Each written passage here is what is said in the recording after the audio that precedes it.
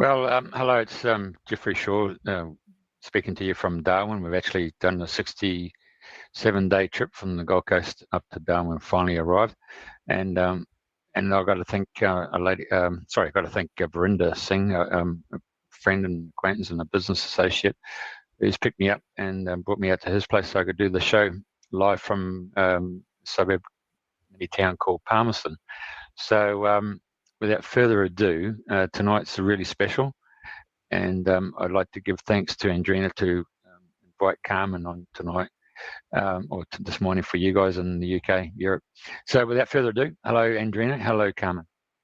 Hello Jeffrey. Hello, Andrena. Hi everybody, and welcome to Dreaming the New Dream. If you're an old listener or a new listener, you're very welcome. Today it's the 27th of June 2025, and it's my great pleasure to connect with Carmen Jitariuc again. And I had the pleasure of connecting with her or with you in March at the International Conference on Sovereignty of Nations with the Irish Republic and Brotherhood. And it was a fantastic weekend, and I'd gone to the sacred sites, met Lady Crown and all the rest, and John, and we went to a ball and had a lovely weekend. So I've got lovely memories, lovely connections. And when I met Carmen, you were involved in so many things. You're a dedicated complementary therapist, and I know you've studied and teach kinesiology, which is one of my favorites, because I always think, well, I've got this going on in the body, and I know when you have work with somebody who does kinesiology, it's not that's going on, there's something else is going on. So I always think, well, I like that because it's your body telling you instead of you saying what you think it is. So anyway, you work on so many avenues, you've got so many strings to your bows and so much more. And I know you're working with ancestral trauma and, oh gosh, there's so much more. So let's start at the very beginning.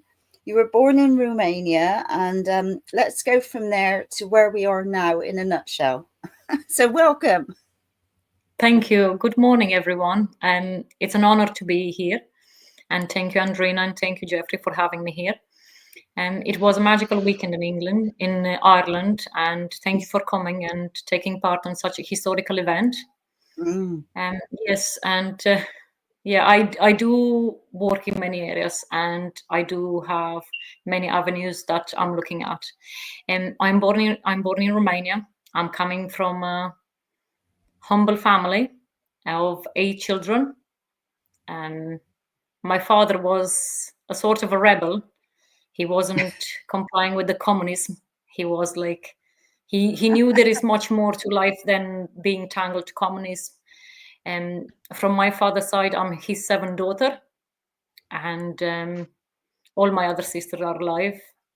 We had a great childhood until he passed away, and then everything changed. Everything I knew, it changed completely to a different life. So then when the real journey of a lifetime starts. So at 11, when he passed away, I did experience seeing the first time a soul leaving the body. And a few years later, when my mother passed away, I seen the same thing with my mother. I did see things before happening, and I could feel things before even knowing that they actually come into existence. My mother was a very strong woman.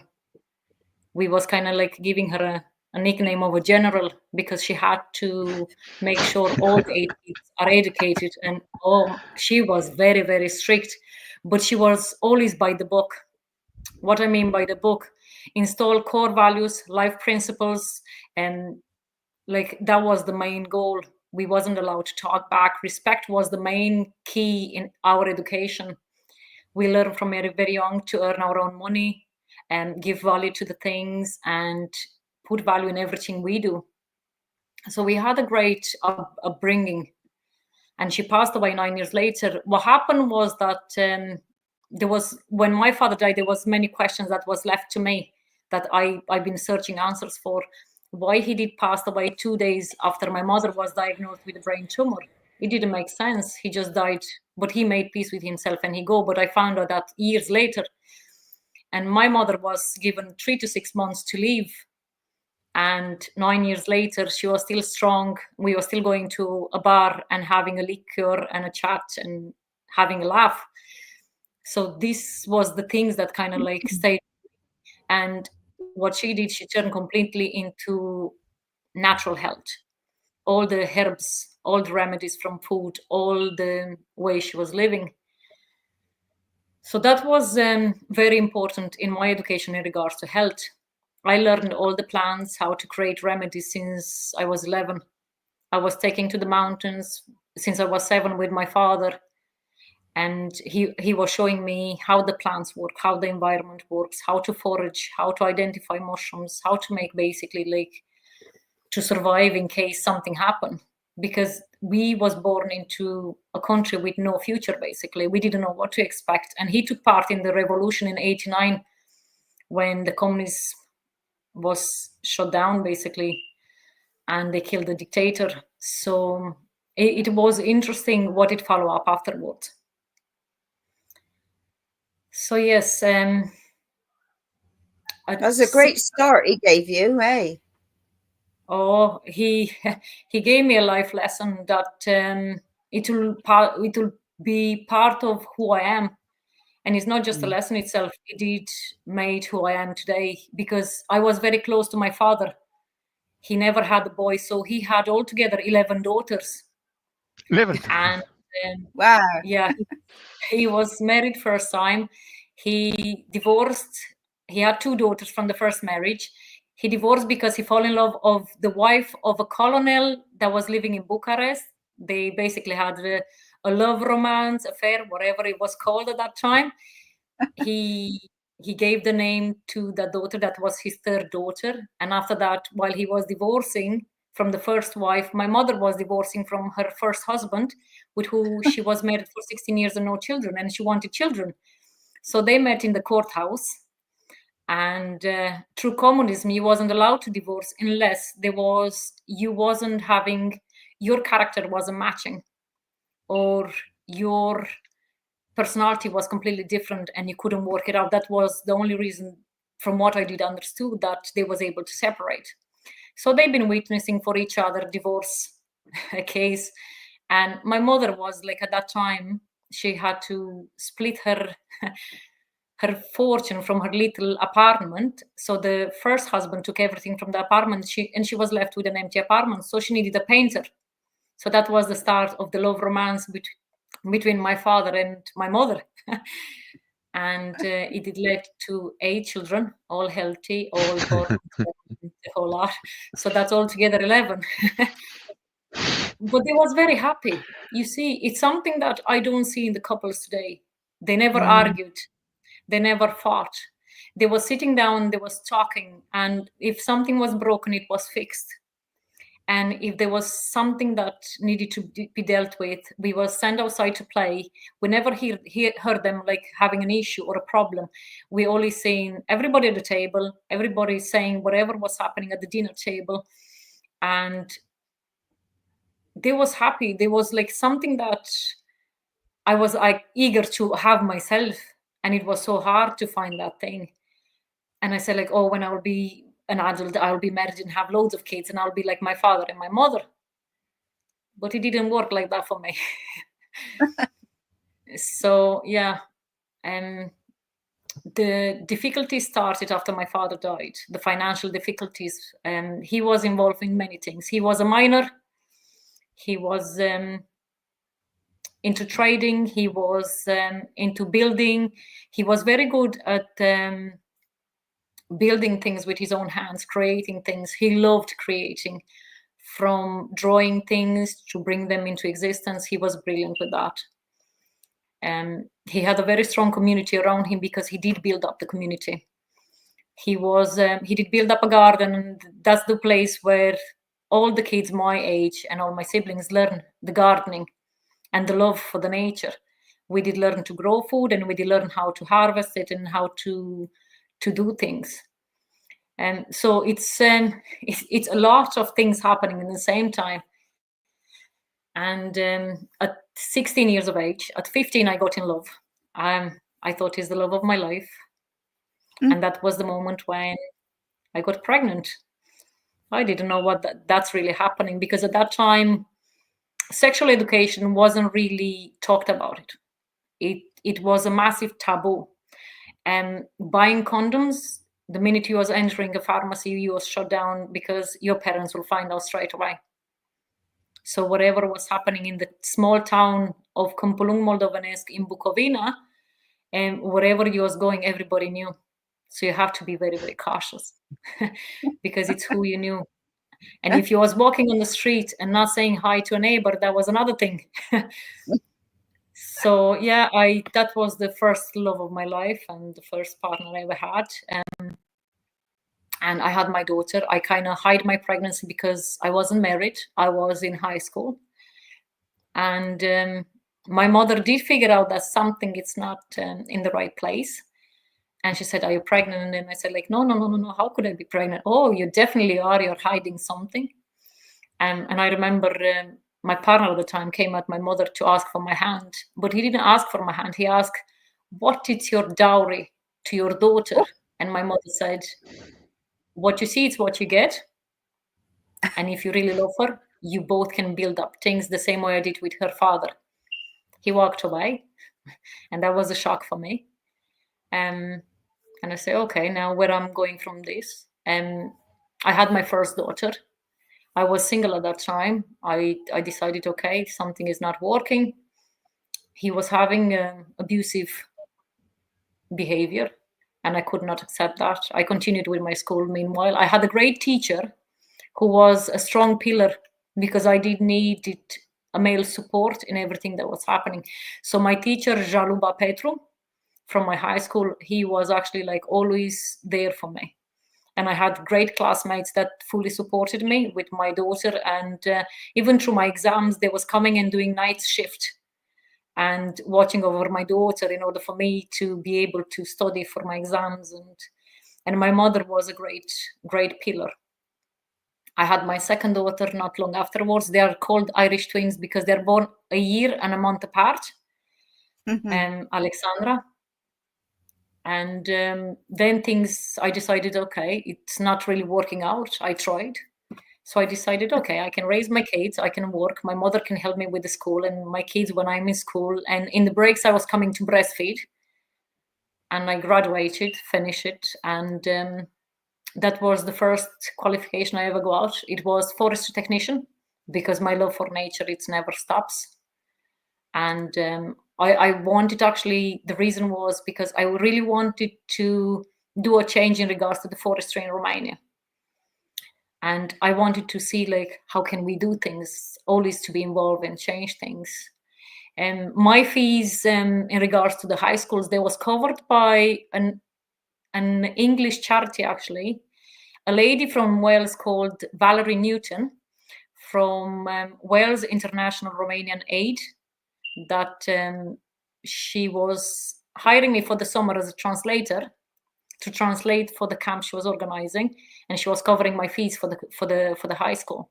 And like that, I was able to keep into study, not worry about the fees, and be able to have the money I was earning from my jobs, raising my kids, or from my trading, small trading, and selling plants and buying things to feed the kids and help my mother with the household bills. It was quite interesting. And after that, not long after, my mother passed away after I graduated. And I found myself with two younger sisters. And then I started to learn the battle of the courts.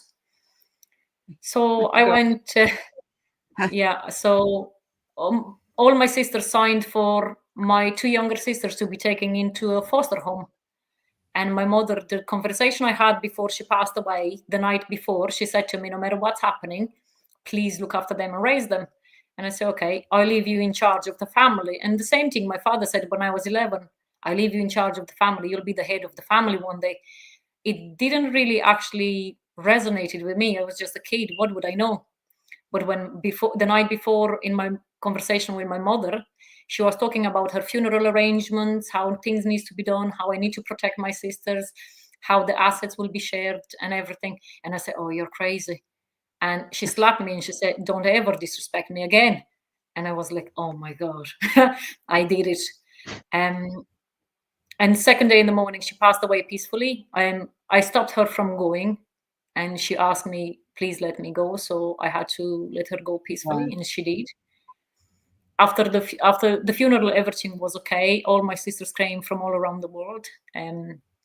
Because one was in Spain, two of them did run away with the circus when they was young. So one was in somewhere in the countryside in my father's house. So all of them came for the funeral. But we realized it's just us, the sisters, all the family from my mother and my father's side, they didn't come to support us. And I found that like a shock, because I was expecting, oh, we have such a huge family, we will have the support we need. We didn't.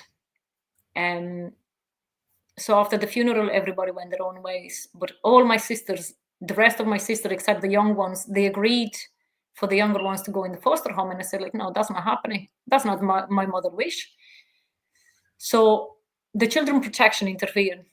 And the authority from the council, they came and they say they do not have a legal guardian, and you have 2 kids on your own, that you're a single mother, we'll take them away. And I said, no, that won't happen. You'll have to fight me. So we end up battling through the courts for 2 years. But what it shocked me, after 2 years, they put me to get unemployment. I worked in a factory. I worked like literally like a slave for a French company. They was doing interiors for Ferrari. And we was actually worked like 2 shifts, and we was getting really low pay. There was not enough, not even to survive. I gave up that one. And after 2 years in the courts, I come in the front of the judge and I said, like, hold on a minute, because they was at the final decision. Because every time they was giving a decision, I was appealing and again and again. And I said to them, you can't take them away. They're my blood and my flesh. They are my sisters. And I'm the only one who are here for them. And it's something you can't put a price on it. It's nothing you can do about it or something like that. And then it hit. I said, like, hold on. You can't take them away, because they're basically my property now. I'm left in charge of everything what's happening with the family. And then the judge ruled that they do not hold any legal ground for them to take the kids in the care. But I didn't understand then, why is that? What really happened in that moment in the court?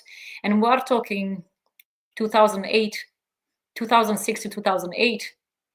And that kind of puzzled me. He stayed with me for many years. But I was hearing my father talking many times when he was having a drink, the word sovereign. And I said, like, that's interesting. What's that word? And it came many years late in life when it did really make sense. A few years after I had my son from another relationship, I fell in love again. I decided to move on and fall in love again. It didn't really work out again, but I didn't understand why I cannot hold a relationship, and it did resonate with me many years later.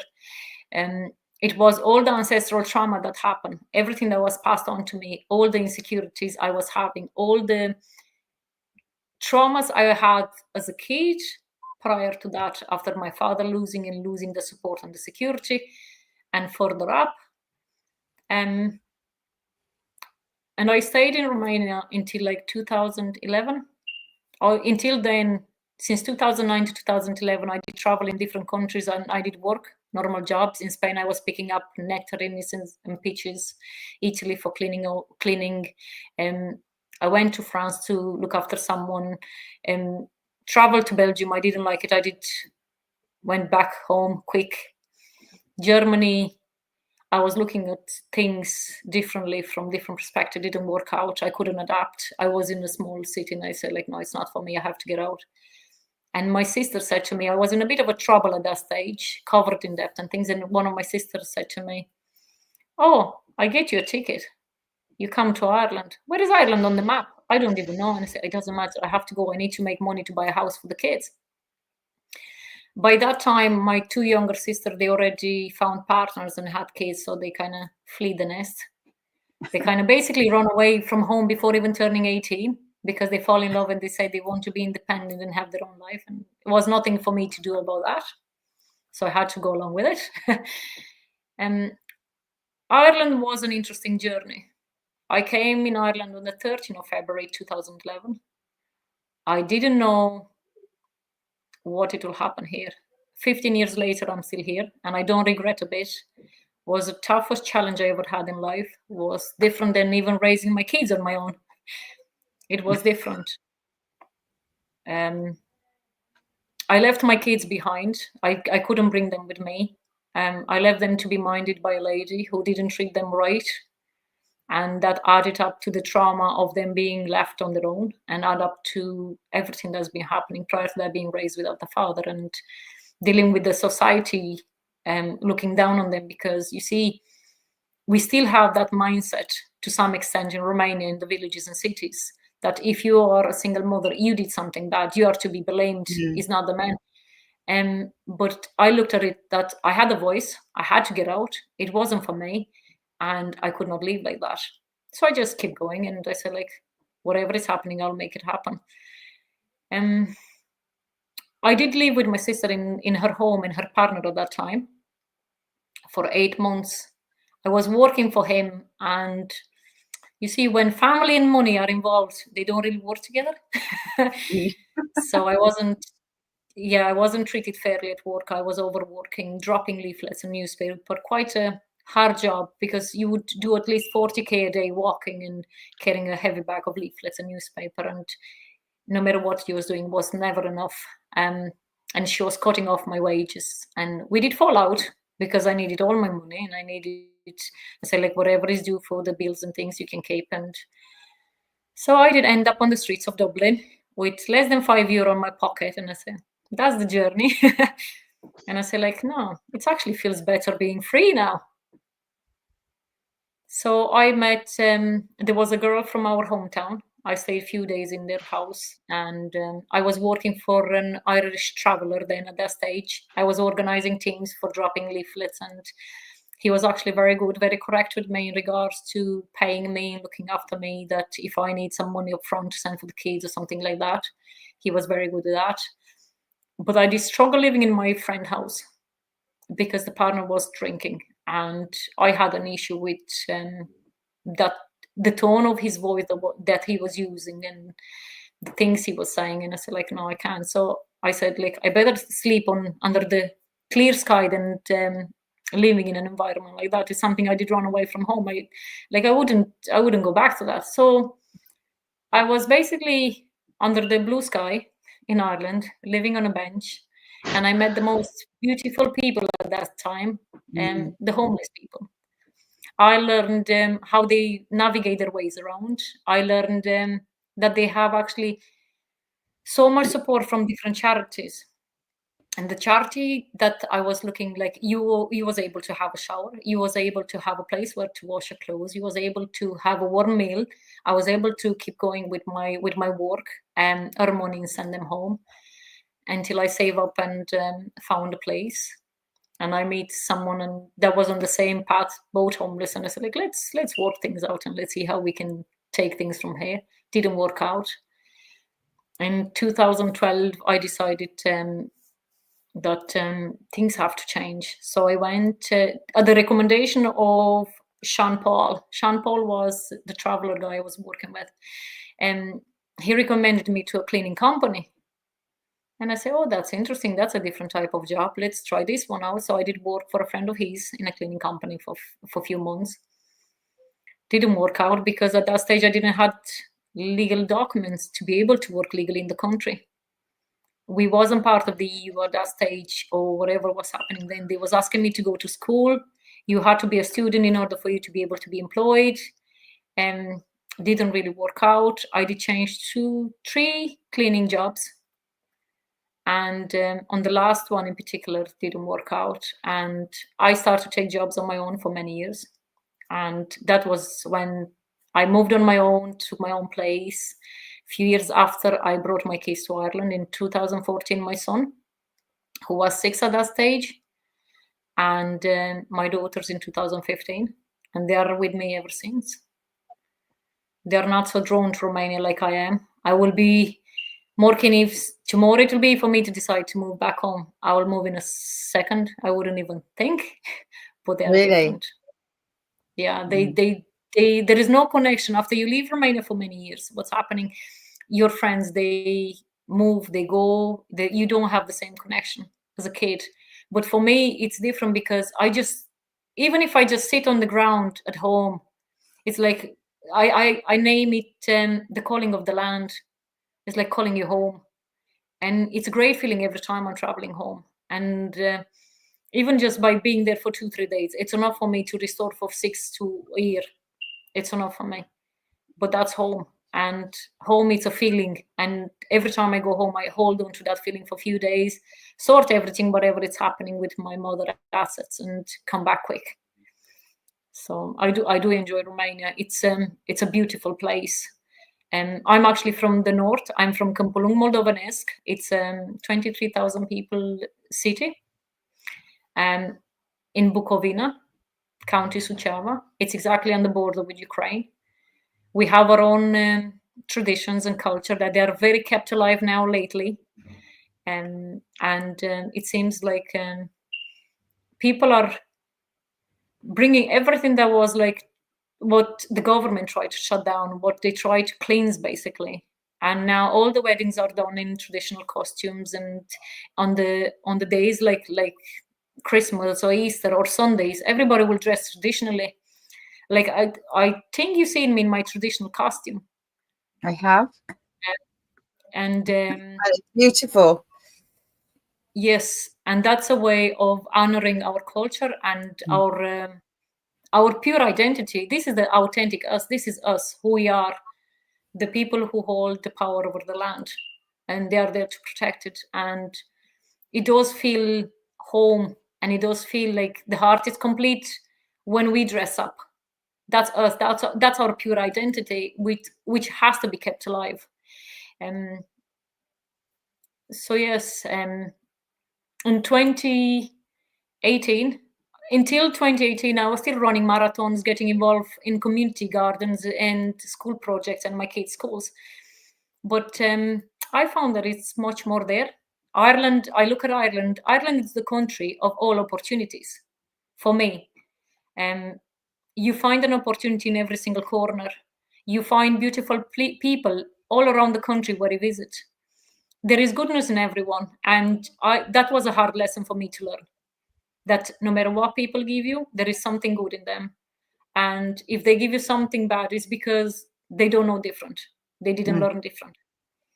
And what they give you, it's basically they are projecting what's happening with them, what they need. I did volunteer with Adventure Project Ireland in 2018 with my children and my boyfriend at that time, cleaning bricks from an old house owned by Waterways Ireland. And that was the start of me getting involved into what real work is. Go on. My kids, they did load up bricks for 2 days from morning to evening. And they was quite small at that time. My son was 7 and my daughter was 11 and 12. And and this is the way I told them, like, you have to learn how to be involved within the community. I started working with Willie Whelan. Willie Whelan, he's an amazing mentor I had in the outdoor adventure activities.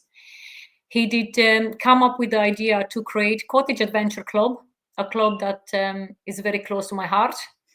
We did work with all the kids from the north inner city, taking them outdoors, take them kayaking, water sports, mountain activities, night activities, camping. As a volunteer, we did that as volunteers. And in the same time, in January 2018, because I was spending loads of money on sponsoring kids that was going through recovery back home with disabilities, I said, like, oh, let me get qualified. So the 2018, it's a turning point in my life in regards to like what's happening today. And I contacted Ger Casey, who's the faculty of Ireland for the Kinesiology College. And I said, like, whatever course that kinesiology, I thought it's kinetotherapy because this is what I was looking, physical thing for kids with disability. And I said, whatever it is, no worries. I will book the 4 weekends. I will do the Touch for Health. We'll take it from there. And I say, oh, I'm actually getting qualified after 4 weekends. That's exciting. I can work straight away on children every time I go home. The first weekend, I wasn't really impressed by Touch for Health. I said, like, what is this? All these muscles and all these energy fields and all the meridians. The second weekend started to click something. And I said, okay, this is more of my language. I've been working with energies all my life. So this is actually like what is really happening. I continued studying the diploma in kinesiology since 2018 until 2021. In the same time, got qualified as an outdoor leader. Still continue with Adventure Project Ireland until we got shut down. We do strongly believe that it was a way for us to be taken out, to be active, because we did have a very big positive impact in the community. The crime rate was reduced. We started to work with crime diversion programs. We started to work with people in recovery, people recovering from addiction, giving them like whatever I was learning from Touch for Health was their coping mechanism in regards to how to deal with their emotions, while we was taking them outside and doing activities. And it was massive, the impact, the positive impact it had on their life. And I loved it. And I said, that's the way. If we reach to a way of bringing health, complementary health with outdoor, we can actually create something. And I said at that time to Willie Willen in 2018, 2019, I said, Willie, imagine if we will have this in every school in Ireland and we do the adventure activities through the schools. And he told me he was quite disappointed. And he said to me, Carmen, we tried. I've been contacting schools. I paid instructors from my own pocket for them to take kids from schools, for them to see that there is a different way of doing things and let kids be kids. And that shocked me. And I said, and what was the result? And he said, they will bring up the insurance. They will bring up, they don't have the funding to pay teachers to be out with them because they need teachers. And they brought up the equipment, so really sorted out the equipment for kids in order for him to bring them out. So that basically was kind of like a way of saying, whatever you're doing, you're not allowed here. Mm. So, and it came up until like the COVID time. The COVID time kind of stopped everything. We still had some activities running despite COVID. We still went sometimes kayaking, and we still did like water sports and going for a cliff dive and jumping from the cliffs on Bullock Harbour in Dublin. And we still did things. But there was always something more to it. I was looking for something more that we can do and something that can be brought for the children in particular. My main area, it's focusing on the children, because I was that kid who didn't have a chance, and somebody gave me a chance. Like Valerie Newton, she gave me a chance to have an education, because if I was depending on my mother, there was no education there. And she showed me that you can help, you can change, you can do something. So I always knew people will give what they have in their heart. And if there is nothing they can give, it's for you to give them something. So this is how it's working. In 2021, I had an incident. I was coming home from work. In all this period since 2012 up until 2021-22, I did clean private homes. I had my own clients, and I was minding children and animals. I was babysitter for animals, which I loved, and children. And in the same time, I was getting qualified and working with different clients in regards to the health side of things. I was working into outdoors. I did volunteer with Cross Care. They have an area of outdoor, and I seen that they work differently. And I needed that knowledge in order to see what's lacking and how we can put things together. And I remember I said to Willie, I said, like, I will create a project that will incorporate the complementary therapies, small skills for the instructors in outdoors to be trained in, bringing them into their activities and work with children. And he said, Carmen, you're crazy. Every time he tells me I'm crazy, I just go above it. Let's move. Let's keep going. It's something. Let's figure it out. So in April 2021, I had an accident. While I was cycling home, I was hit from behind by a minibus taxi. I didn't have physical problems, like just my shoulder was really sore and my ligaments, they was kind of strained, but I did suffer a massive concussion. That concussion, it was a life changer. It's like basically like a silent killer, how I called it, because it does kill the dreams of many people. And from me being very active, because I was active in jiu-jitsu, I did compete at the European level. I got silver in the European Championship. I got gold on the World Championship of Jiu-Jitsu, representing Ireland in Romania. That was a funny one. I went fighting in Romania, Jiu-Jitsu, representing Ireland as a Romanian citizen, and I was like, But they loved it, and I created great contact with Romania, and it was lovely. It was a lovely feeling to be back home. I was cycling all the time. I was having really so many activities and involving so many projects, community gardens, community projects, and involving schools. And in that moment when the accident happened, everything stopped. Completely everything stopped. I was stuck to a bed for a month, didn't know who I was. I wasn't eating for days, and there was massive nightmares and massive trauma. I had like 14 visits to my GP in that month, and he said at one stage, what can I do more for you? He tried everything. He said, I give you sleeping tablets if you need. I give you Valium. I give you this. I give you that. And I said, no, it's something more. I feel like I'm empty, because I did experience an outer body experience when I got hit. I left the body. The body was lying there on my bag, and I was just looking at it, and nobody was helping. And I said, like, what's happening here? And then I realized, okay, I left the body. How I come back? So I had to come back. Because as you do. If I was gone, there was many unfinished business. Wasn't right. They take me to hospital, and in the hospital, one of the doctors who took me to Eire, he said, oh, you're the third one for today. And I said, what do you mean? He said, you're the lucky one. The other two ones, they didn't really make it. And I said, wow. That's interesting. And then I started to smile and say, oh, isn't that great? And then it kind of hit me. I'm alive. That's everything you need. I can fix my bones. Whatever is happening, I can fix it. We went to X-ray, did everything. No broken bones. He brought me back, and he looked at me and he could not believe it.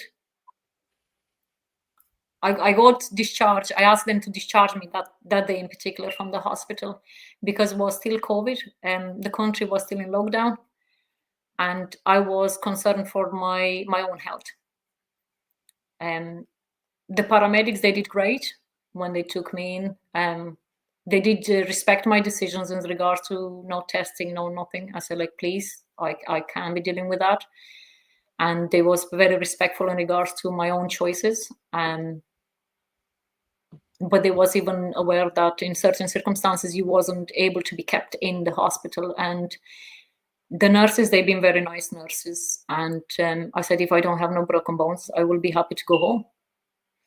So I got discharged at midnight that night, came home. That was the turning point. I was very lucid for the start of the period after the accident. But at some stage, something happened, because I lost it completely.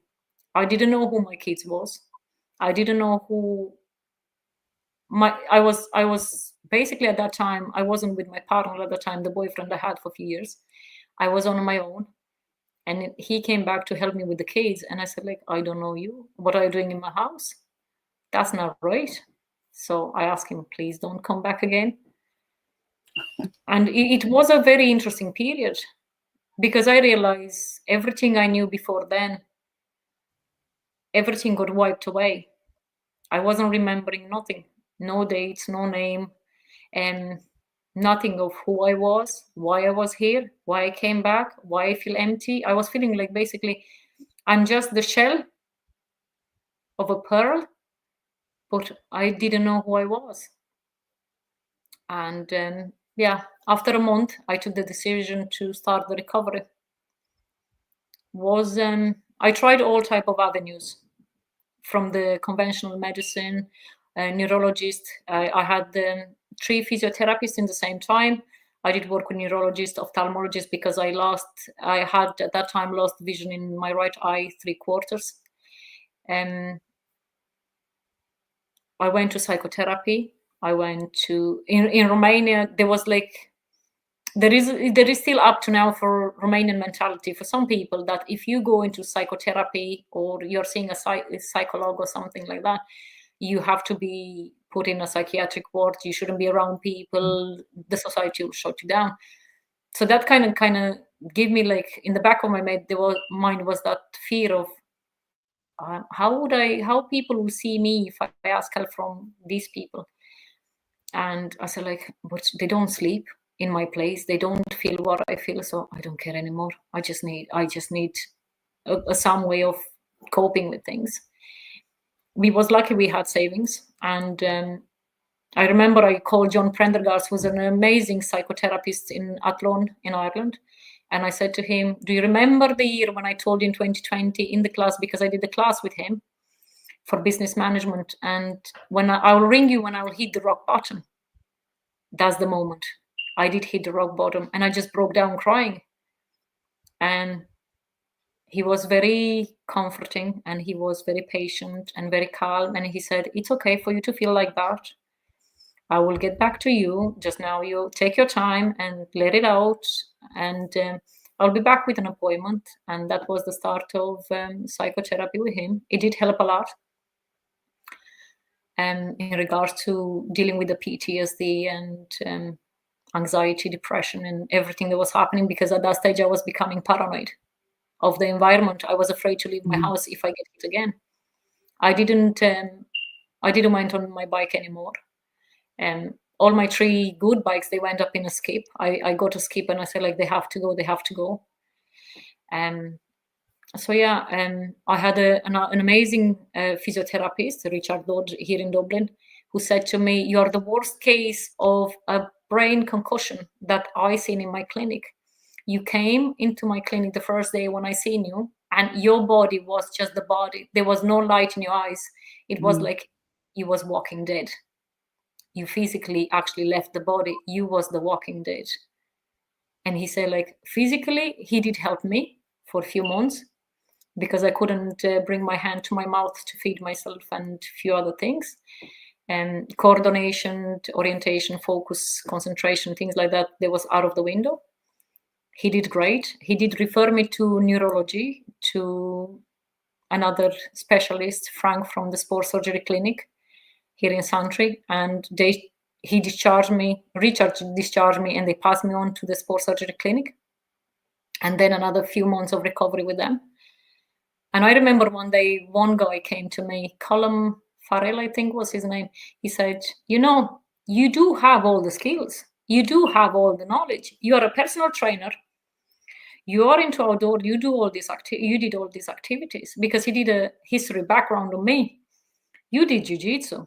You have all the skills, and you did kinesiology for a few years. You have all the skills for you to recover yourself.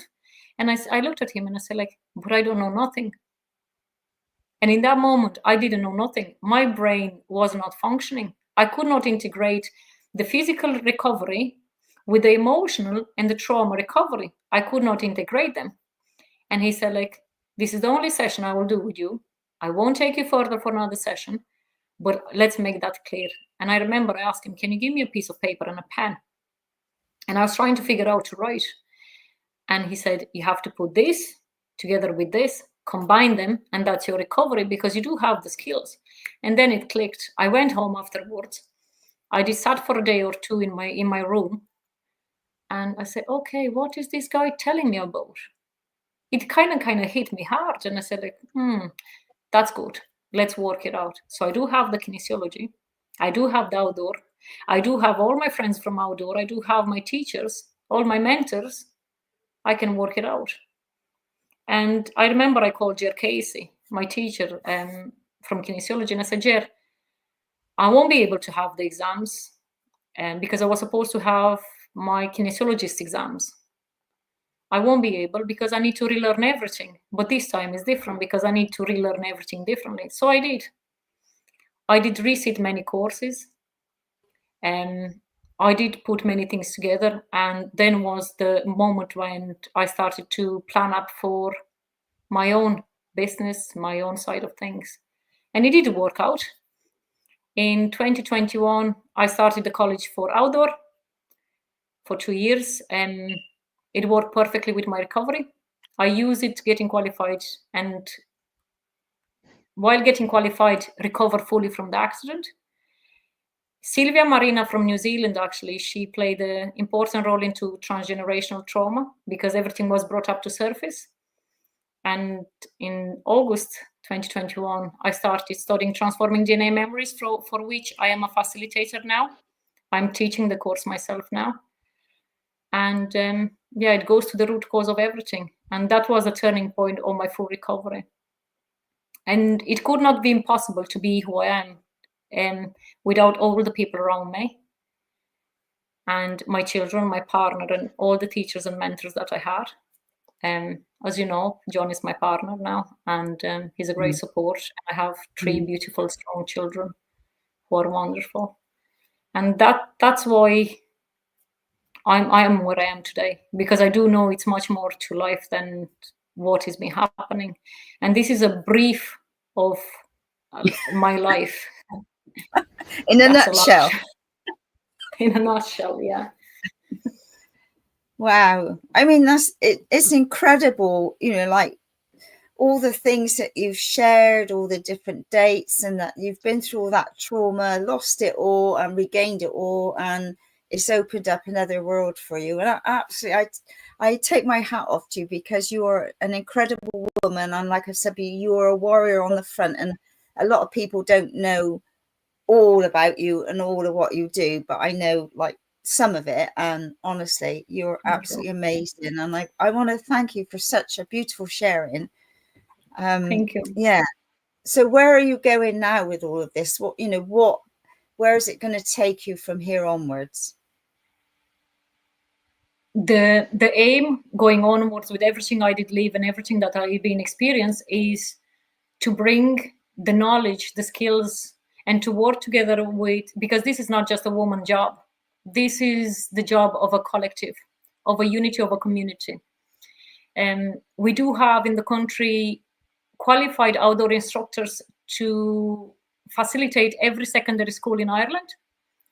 We do have trained Touch for Health instructor, kinesiologist practitioners. We do have practitioners that they are looking to work with children. And where we go from here, it's building better and teaching the next generation and focusing on the personal development, focusing on the trauma, clear the trauma, work with emotions, clear the emotions, clear the phobia, and look into the root cause of everything that it's happening in people's life.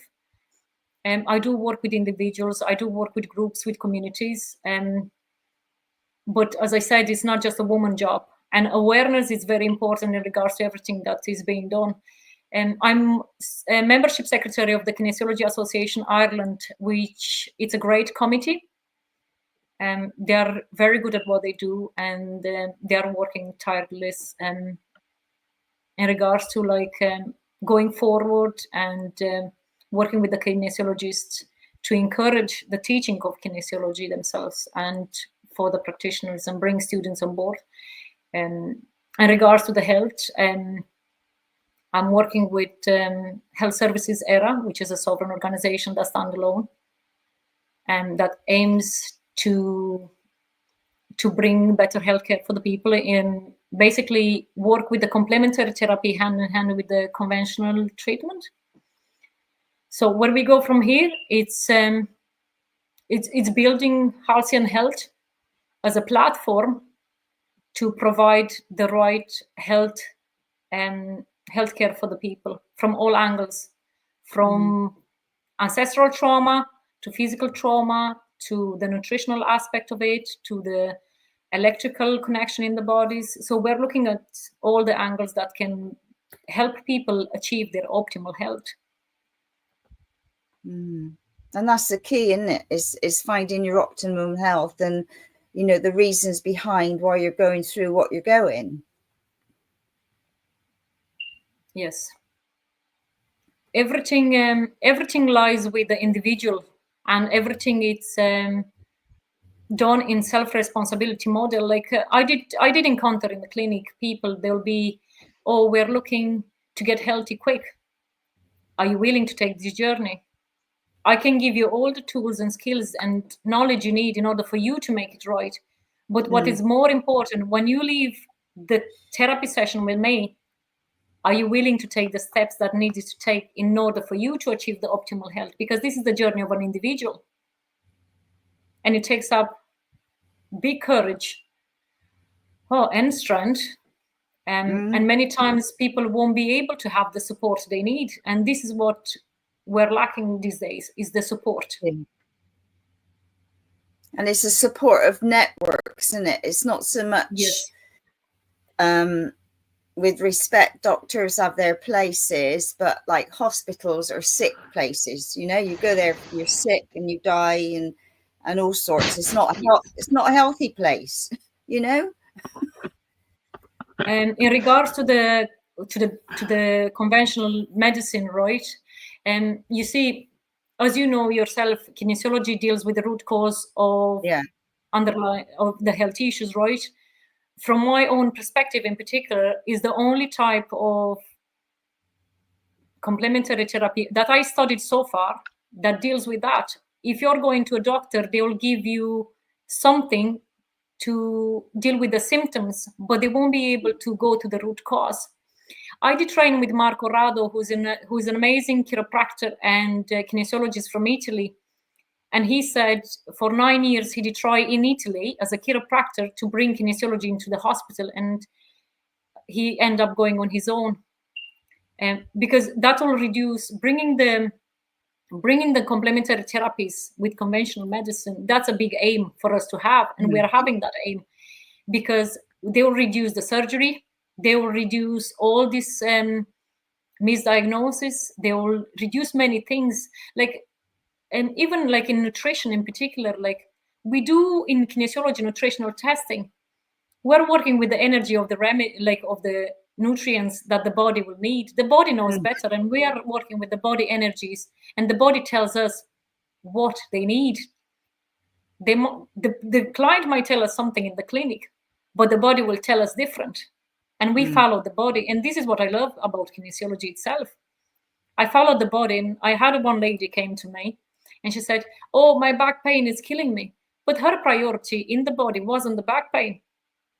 Was her liver was out and she was barely functioning. She was like at the point of turning yellow, the liver to break down, and she needed a particular nutrient for the liver. So the body tells. Yeah, and you know, like it's listening to the body. You know, like people say, well, you know, because like I've had different things going on, and I've done my best to listen to my body or find out what's going on. And I always do alternative everywhere I can when I can.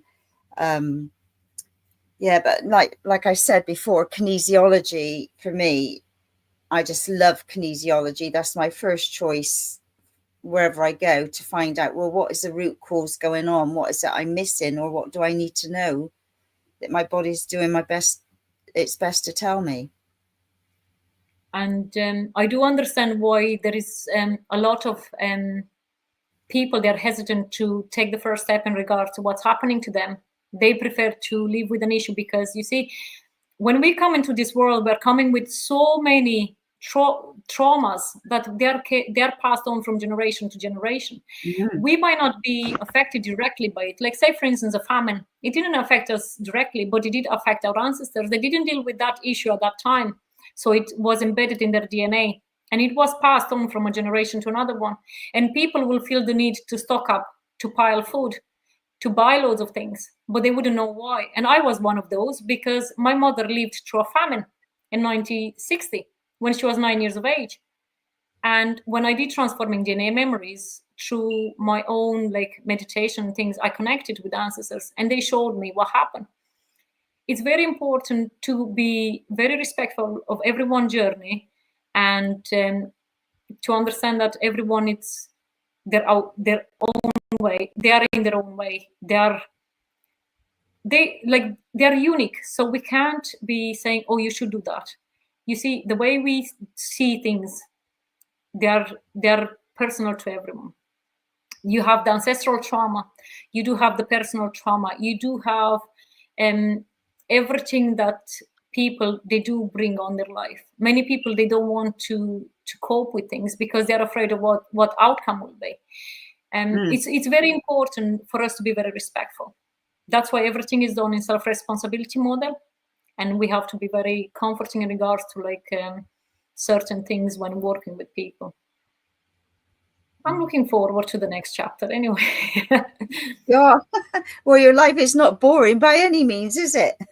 No. I don't know, you got time to pause for breath?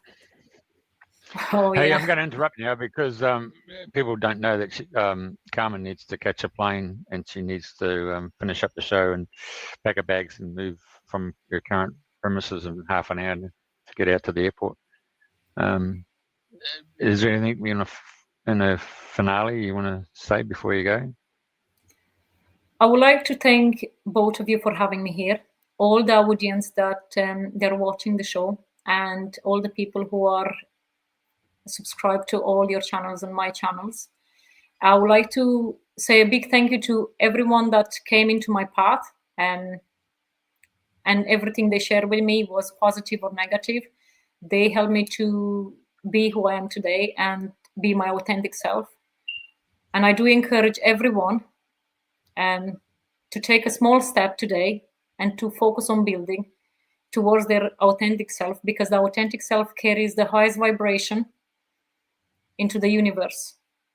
And it will bring, once we send this ripple effect of authenticity into the universe, it will bring all the positive things in our life. Thank you very much.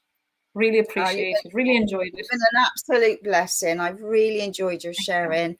It's lovely to see you again, and I look forward to when we meet again later on. And safe travels, and give my love to the guys and girls in Birmingham.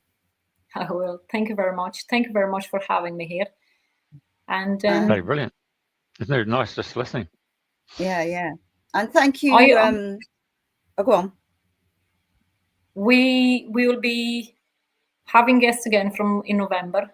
They will be coming to Ireland, and in near future we'll be traveling to New Zealand, and we have an invitation to visit New Zealand and visit the tribes, which I'm looking forward to it. So we might meet then, Jeffrey. You never know, or on which boat we might be sailing the ship. The seas.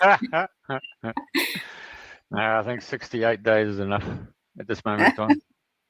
Yeah. I barely survived 5, so. Well, thank you for everybody for tuning in this week to Dreaming the New Dream, and same time, same place next week. And thank you once again, Carmen, and thank you, Jeffrey. Thank you very much. I really appreciate it. Thank you.